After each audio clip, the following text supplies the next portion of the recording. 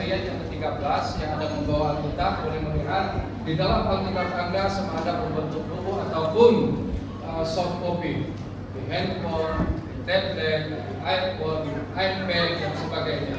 Oke? Nah, saya bacakan bagian ini dengan suara yang kedengaran. Firman Tuhan berkata, kamu menyebut aku guru dan Tuhan, dan katamu itu tepat, sebab memang akulah guru dan Tuhan. Amin. Saudara dalam Tuhan, ayat ini adalah satu ayat di mana kita melihat bahwa Yesus mengakui dirinya sebagai Tuhan.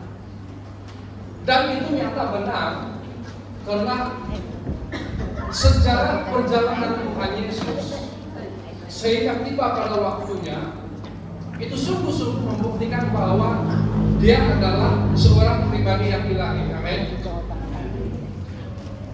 Karena pada akhirnya sebagai Tuhan dia kembali kepada Bapa, dia terangkat secara semula jadi untuk kembali ke surga, dan dia berjanji kepada kita semua untuk kembali dan membawa kita di tempat itu. Tetapi saudara, pertanyaan yang saya mau ajukan pada malam ini adalah, kalau Yesus sendiri mengakui dirinya sebagai Tuhan, bagaimana dengan Anda? Apa pengakuan Anda tentang siapakah Yesus itu? Saudara, ini sangat penting untuk kita renungkan bersama-sama. Sebab itu malam ini saya akan membaca satu bagian pembacaan lagi yang ada di dalam Alkitab. Maafkan saya suruh tarikan. Sebab kalau saya pakai lihat di jauh kamu kabur pulang. Kalau saya lihat begini di dekat, yang di dekat itu kabur. Oke, jadi saya terpaksa suruh tarik supaya ada waktu-waktu tertentu saya melihat kamu dengan wajah yang jelas, dan saya melihat tulisan saya dengan jelas juga. Oke, mari kita melihat di dalam Matius 16 ayat 13 sampai 20. Matius 16 ayat 13 sampai 20.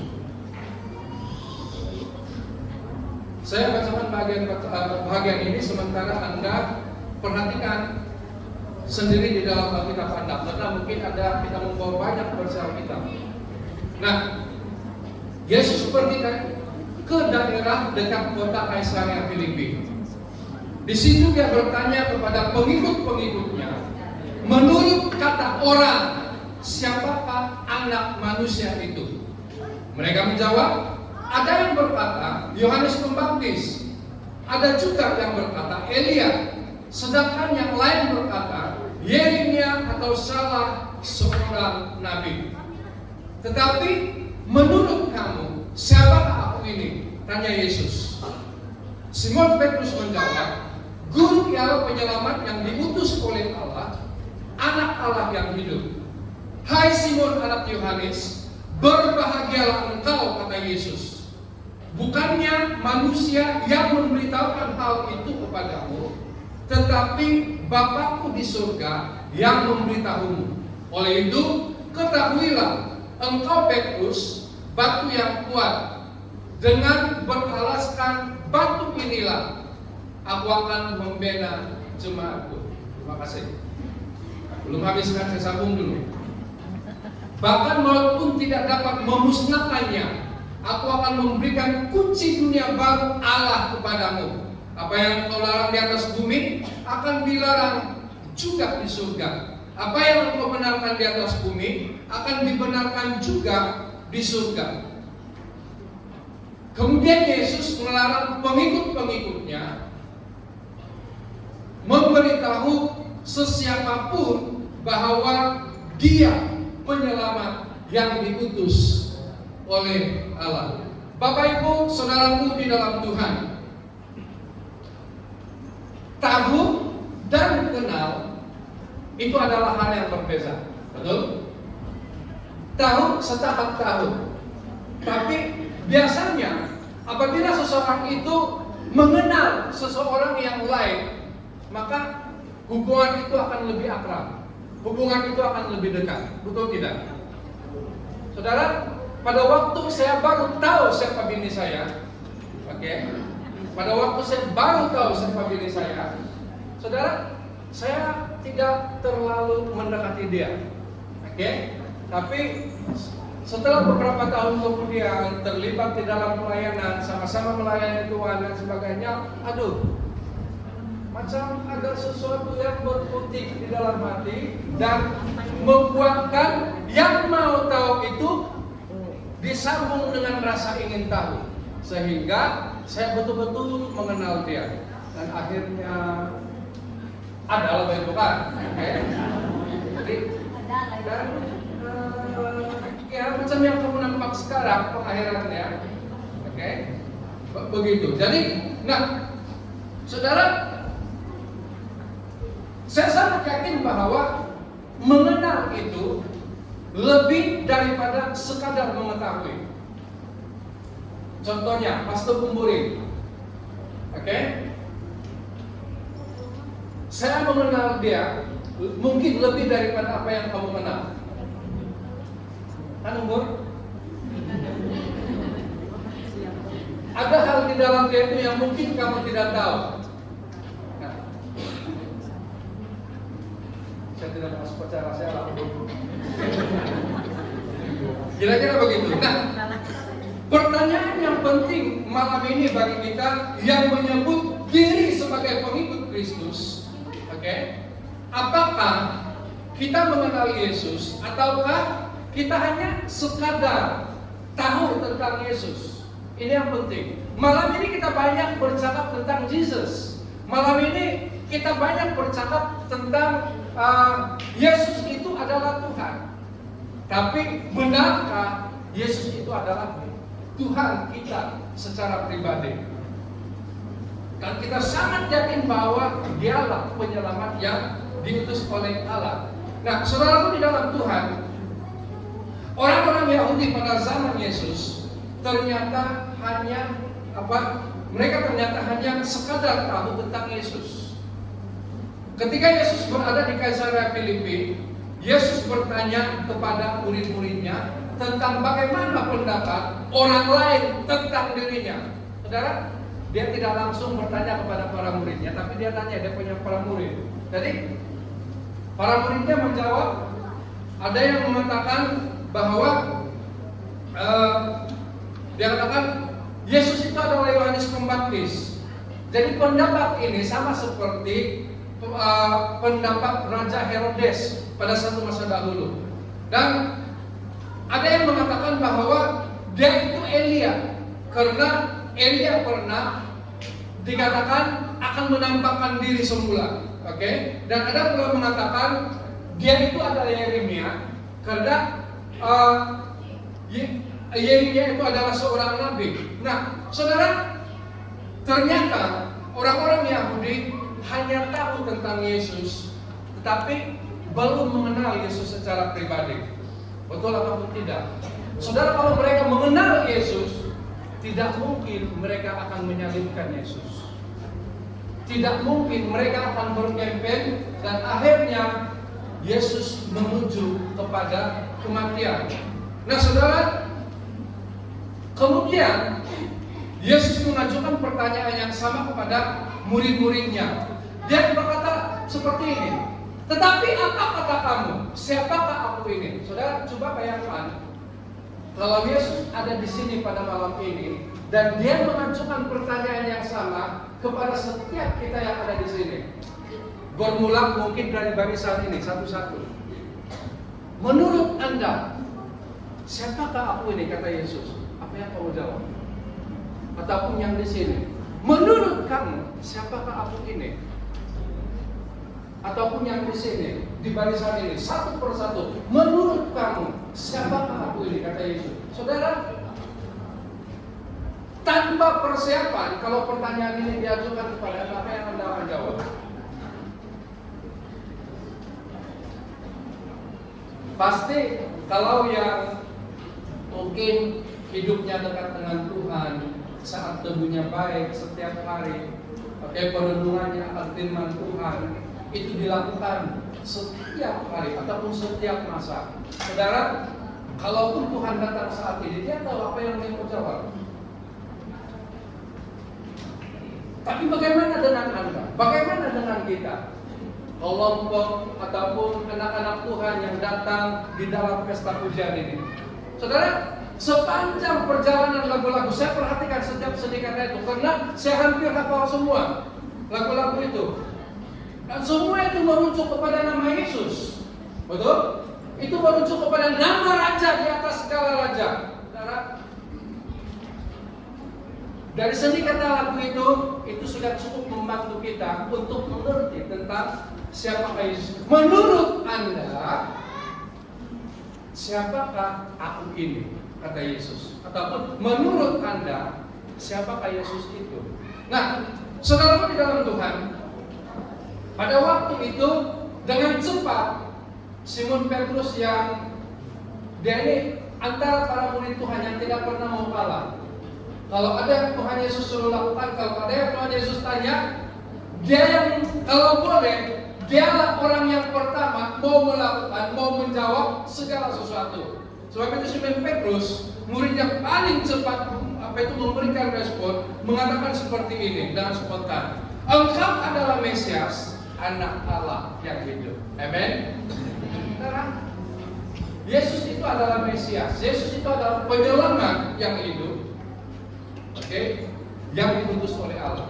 Nah, saudara, para murid memiliki kedekatan secara pribadi dengan Yesus.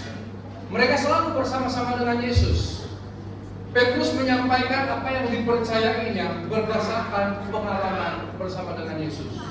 Saudara, tidak lama, hanya beberapa tahun, mungkin 3 tahun, mungkin 3 tahun setengah, setiap hari Petrus melihat, Petrus mendengar, Petrus mengalami segala yang dilakukan, yang dipercakapan oleh Tuhan. Sebab itu dia tahu akhirnya siapakah Yesus ini bagi mereka. Nah, saudara, Yesus itu bukan sekadar Allah, bukan sekadar Nabi, tetapi Yesus adalah Allah. Amin. Yesus itu adalah Tuhan. Roh Kudus yang membukakan hati Petrus untuk menjawab demikian. Nah, saudaraku, Roh Kudus melembutkan hati dan mengumpulkan pengalaman rohani sehingga tiba pada satu kesimpulan bahwa Mesias itu sudah datang dan bersama-sama dengan manusia. Amin. Saudara, dia sudah datang. Bahkan dia telah kembali dan berjanji untuk datang kembali di dunia ini. Tarikh dan waktunya itu kita tidak tahu. Tetapi janji Tuhan, dia akan kembali di dunia ini. Nah, saudara, Petrus menyatakan pengakuan iman tentang Yesus sebagai Mesias, Anak Allah yang hidup. Nah, pengakuan Petrus ini benar karena ia berasal daripada Allah. Oleh sebab itu, Yesus menegaskan bahwa di atas pengakuan Petrus ini maka akan berdirinya gereja. Dan di atas pengakuan kita, maka gereja yang ada di sini itu akan semakin kuat. Saudara, tanpa pengakuan itu, gereja ini tidak mungkin akan kuat. Percaya tidak? Tanpa pengakuan itu, kesatuan yang terjadi malam ini mungkin akan terpecahkan pada masa akan datang. Kita tidak tahu. Saudara, saya mau kongsikan sedikit kesaksian. Ini berlaku di tempat sendiri. Saudara, satu masa dulu, gereja di kampung kami itu hanya satu. Kalau kamu pergi sekarang, dari satu gereja kepada 2, dan sekarang sudah jadi 4 gereja. Dan itu semua sama, di bawah nama gereja PCS. Saudara, gereja yang pertama, kalau umpan batu saja begini, dia punya atap boleh berpuji. Jadi coba bayangkan berapa dekat itu. Dekat kan? Kalau jalan sedikit saja, kau nampak yang satu. Kalau jalan sedikit saja, kau nampak yang keempat. Sebab yang keempat itu, dia disempatkan tanah bapak saya. Jadi saya kenal betul tempat itu, selalu pergi ke sana. Oke, nah, jadi saudara, saya percaya bahwa apabila kita bercakap tentang perkara ataupun hal-hal bergereja, saudara, hanya satu nama yang dapat memberikan kekuatan kesatuan bagi jemaat. Sebagaimana janji Yesus kepada Petrus, di atas batu ini engkau akan mendirikan gerejaku, engkau akan mendirikan jemaatku. Dan hanya nama Yesus itu saja yang boleh memperkuatkan pertumbuhan jemaat ini. Amin. Hanya nama Yesus. Sebab itu, setiap pribadi jemaat yang ada di sini harus berpegang kepada Yesus, supaya dalam apapun situasi, dia tsunami kah, dia COVID-19 kah, apalagi yang datang, saudara, kamu tetap di dalam satu kesatuan. Kesatuan yang tidak mungkin akan terpecahkan. Dan saya sangat yakin, saya mau katakan malam ini, saya sangat yakin bahwa kesatuan jemaat itu dia bermula daripada setiap keluarga. Kalau keluarga tetap bersatu, jemaat tetap bersatu. Percaya tidak?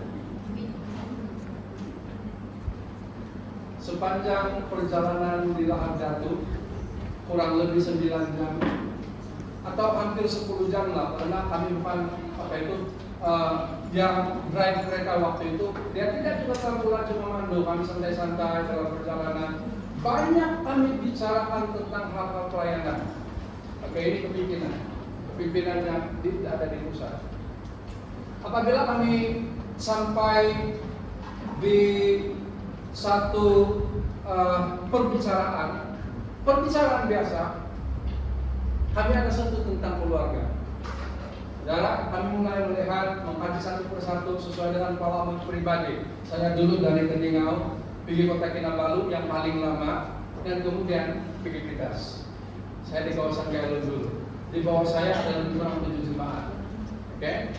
Sepanjang pelayanan saya melihat bagaimana situasi keluarga. Sepanjang pelayanan saya dapat merasakan bahwa apabila ada keluarga yang kuat di satu jemaat, oleh karena Tuhan hadir di dalam keluarganya, maka gereja itu pasti akan kuat. Kenapa? Suami istri mereka tetap akan bersama-sama. Anak-anak mereka tetap akan dorong ke gereja. Sebab itu, saudara, pada waktu Yesus mengatakan kepada Petrus seperti ini, di atas batu ini engkau akan mendirikan jemaatku. Saudara, gereja ini hanya akan menjadi kuat kalau di atasnya itu adalah Yesus. Amin.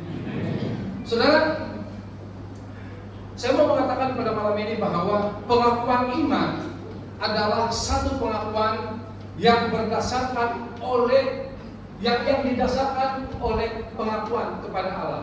Ini yang sangat penting. Jadi pengakuan iman kita itu sangat penting. Jadi apa yang engkau akui secara pribadi di dalam hidupmu, saudara, pengakuan iman yang benar itu bersumber kepada Allah. Amin. Coba katakan di sebelah kiri kananmu, pengakuan iman yang benar bersumber dari Allah.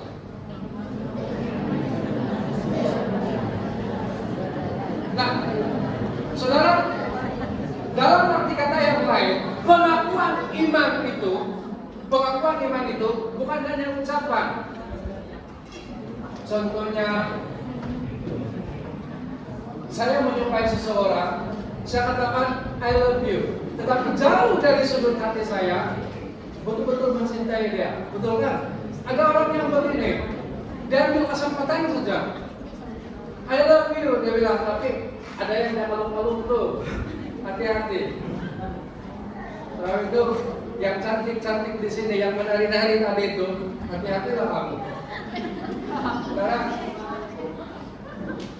sepanjang pelayanan saya sudah melihat hamba Tuhan pun boleh jatuh. Saya masih teringat waktu saya belajar di sekolah Alkitab dulu, ada seorang pelajar wanita di sekolah Alkitab itu yang menjadi rebutan beberapa orang. Saya tidak. Waktu itu saya sudah dalam diri saya.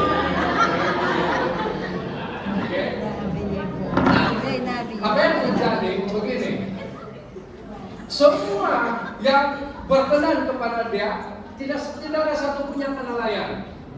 Oke? Pada waktu dia sudah keluar dari sekolah Alkitab, gereja dia mengutus dia di satu tempat, dan dia berkenalan dengan seseorang, daripada agama seberang.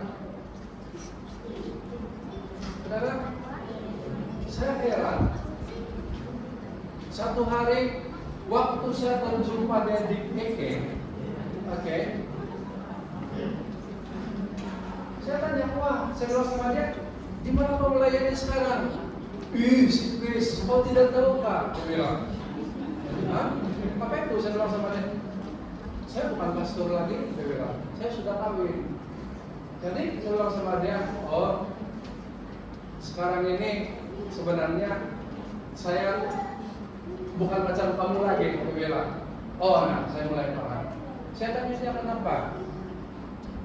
Rupa-rupanya sepanjang dia berada di dalam pelayanan, orang yang dia maksudkan itu hampir setiap minggu memberikan sesuatu, menghantar sesuatu kepada dia. Dan ada waktu-waktu tertentu yang mereka duduk di restoran sama-sama. Kemudian terjadilah curahan isi hati, dia bilang. Lalu hati dia pun dilembutkan. Ini saya kasih tahu, hati-hati ya. Ini banyak juga yang cantik sini tadi itu. Apa orangnya yang duduk sini. Jadi ibu bapak mungkin kamu senyum, tapi jangan sampai kamu tersiksa nanti. Oke, perhatikan siapa teman anak-anak kamu. Betul? Ya, kamu pernah cek. Saudara, kadang-kadang tidak salah ibu bapak itu dia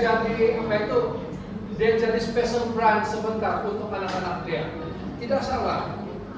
Karena kamu harus tahu bagaimana pergerakan anak-anak kamu. Nah, saudara, sebab itu yang saya katakan, pengakuan iman itu tidak hanya ucapan semata-mata, tetapi dia mesti masuk dari dalam hati dan mengalami sendiri apa yang Yesus lakukan di dalam hidup Anda. Saudara, sebab itu mengaku Yesus sebagai Mesias itu harus diwujudkan dalam ketaatan Anda dan di dalam Anda menyangkal diri, meninggalkan segala sesuatu yang tidak berkenan di hadapan Tuhan. Saudara, saya mau katakan, jangankan jemaat biasa, pastor ini pun ada yang pernah membohong juga, ada yang tidak jujur. Jadi sebab itu dalam hidup kita, penyangkalan dalam hidup kita sebagai pengikut Kristus, penyangkalan itu penting, penyangkalan diri. Maksud saya, apapun yang tidak berkenan di hadapan Tuhan, walaupun harus melalui proses yang sakit, proses yang pahit, saudara, secara perlahan-lahan hal-hal yang tidak berkenan di hadapan Tuhan itu perlu ditinggalkan. Amin.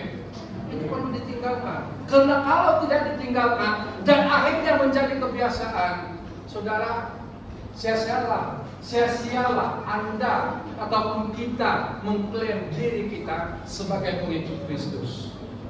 Saudara terkasih di dalam Yesus Tuhan, pengenalan kita akan Yesus adalah pengenalan yang bersifat pribadi, bukan sekadar kata orang ataupun menyaksikan perbuatannya bagi orang lain, tetapi kita mengalami pengalaman bersama dengan Tuhan sendiri. Amin. Saudara, artinya malam ini Anda perlu bertanya, apakah pengalaman Anda secara pribadi dengan Tuhan ataupun dengan Yesus yang membuatkan hidup Anda berubah,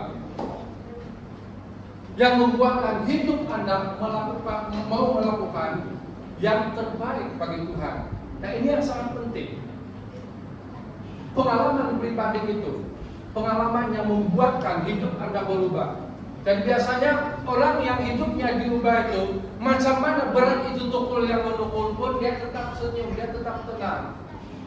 Macam manapun itu ombak sebesar manapun datang, dia tahu Tuhan ada. Amin. Saudara, Yesus menginginkan pengakuan bukan hanya sekadar berdasarkan pengetahuan kita, tetapi pengetahuan yang lahir karena hubungan pribadi dengan Dia. Saudara coba sebut hubungan pribadi. Hubungannya lebih daripada sekadar tahu, tetapi kenal. Seperti saya mengenal istri saya, saudara, saya banyak bercakap tentang istri saya sebab saya cukup kenal dengan dia. Biasa dia kalau dia punya apa ini nenek? Hah? Kilo? Kalau rumah seperti kilo? Kilo pede? Oh, sambako. Oke.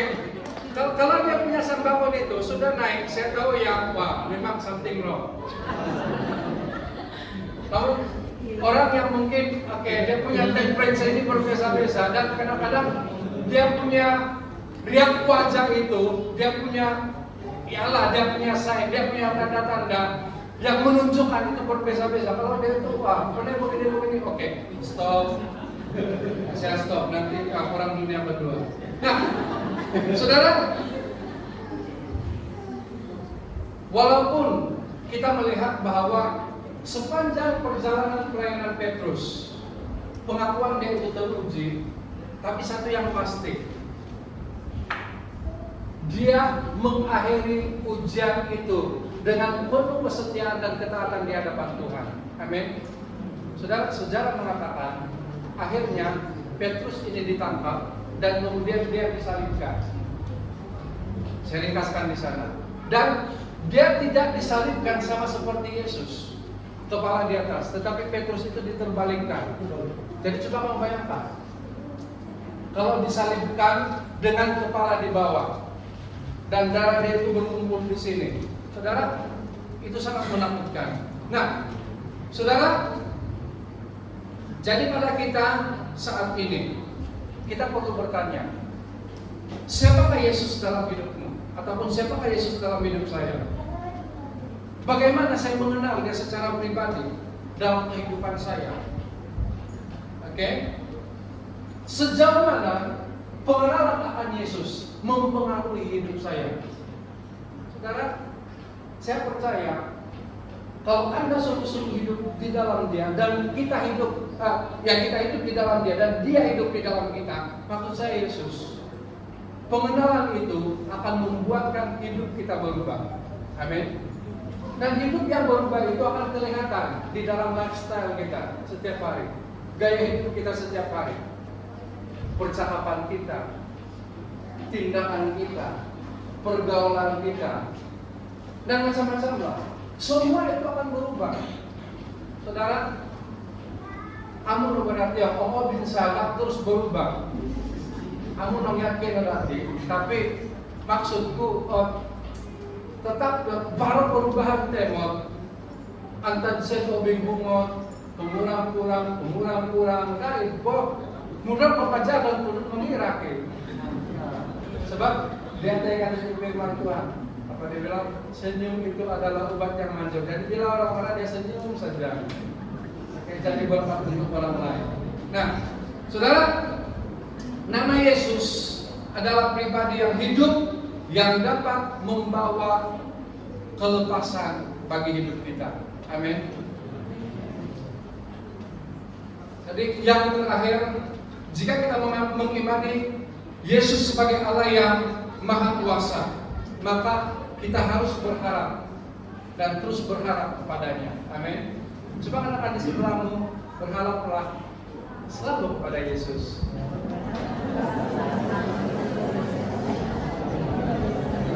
Jika kita percaya bahwa Tuhan Yesus adalah Tuhan penyelamat hidup kita, maka berlindunglah selalu kepadanya. Amin. Saudara, maksudnya kalau besok-besok ada tsunami datang dan mungkin ada di antara kita terlibat di dalam itu, saudara jangan takut, karena pada waktu mungkin hidup kita di dunia ini berakhir, maka pada masa yang sama Dia akan datang untuk menjemput kita untuk kembali ke tempatnya. Amin. Saudara yang terkasih di dalam Yesus Tuhan, sebesar apapun gelombang kehidupan, saudara, macam-macam gelombang kehidupan yang kita alami. 2 tahun lebih kita berhadapan dengan COVID-19. Masa PKP, saudara, itu adalah satu masa yang sangat membosankan untuk saya. Saya mau katakan, kamu tahu kenapa? Saya tidak boleh duduk diam di rumah. Jenis saya suka jalan-jalan pergi pelayanan. Sebab itu saya bilang sama si Ciko itu tadi, tahun ini saja sudah berapa kali saya pergi pagi, karena ada misi pelayanan di televisi. Dan kemudian pastor yang ada di sana dia katakan, oke, pendeta, dia katakan kepada saya mau ajak kau di satu tempat lagi. Macam mana kalau akan datang, kau pergi di tempat yang saya pernah pun pergi, tapi kau belum pernah pergi. Di mana saya bilang sama dia? Di Pulau Balambangan. Marilah kita pergi sama-samanya. Tapi oleh karena kesibukan, saya belum dapat pergi sana. Oke? Tapi, saudara, saya mau katakan, dalam keadaan pelayanan yang seperti itu, hati saya aman, hati saya damai. Karena saya tahu Tuhan Yesus menempatkan saya di sini untuk tujuan itu. Amin. Bagaimana dengan Anda? Apakah pada waktu Anda berada di tempat ini, hati Anda merasa damai, hati Anda merasa aman untuk melakukan sesuatu bagi Tuhan? Ibu, kalau Anda bermain musik sekalipun, kalau hati kamu itu sedang bergoncang dengan sesuatu yang tidak betul, saudara, Anda sendiri tidak mungkin akan diberkati dengan apa yang Anda lakukan. Jadi, kalau Anda melakukan sesuatu, anggaplah itu bahwa Anda sedang melakukan itu untuk Tuhan Yesus. Amin. Saudara, pada waktu Anda menari, saudara, anggaplah itu bahwa Anda sedang melakukan itu bukan untuk manusia, tapi Anda sedang melakukan itu untuk Tuhan. Amin. Nah, saudaraku di dalam Tuhan, itu sebabnya saya katakan, apapun gelombang kehidupan, macam-macam gelombang, COVID-19, ini dan itu, ekonomi dan sebagainya. Tapi jika pengakuan kita adalah pengakuan karena pengenalan yang sungguh-sungguh kepada Kristus dan iman kita hidup di dalam Kristus, maka anugerah dan berkat Allah akan dinyatakan kepada kita semua. Amin. Sekarang saya kira pesta pujian ini adalah satu platform untuk hal itu. Tetapi itu tidak cukup sampai di sini saja. Yang paling penting ketika Anda berkata, saya mengaku dia adalah Mesias seperti Petrus. Bagaimana pengakuan itu mempengaruhi hidup Anda setiap hari, setiap saat, bahkan setiap kesempatan. Ini yang sangat penting. Saudara, bagaimana itu mempengaruhi hidup Anda?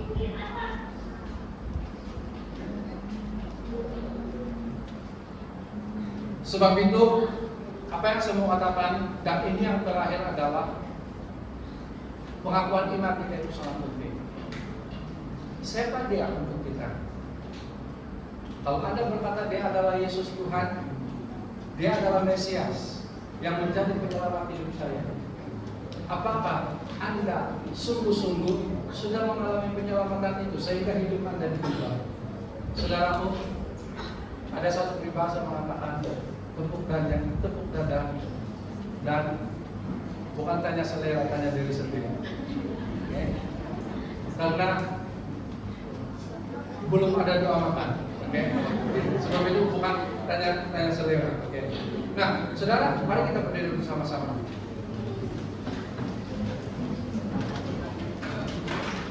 Mari saya persilakan teman-teman dari tim pujian tadi.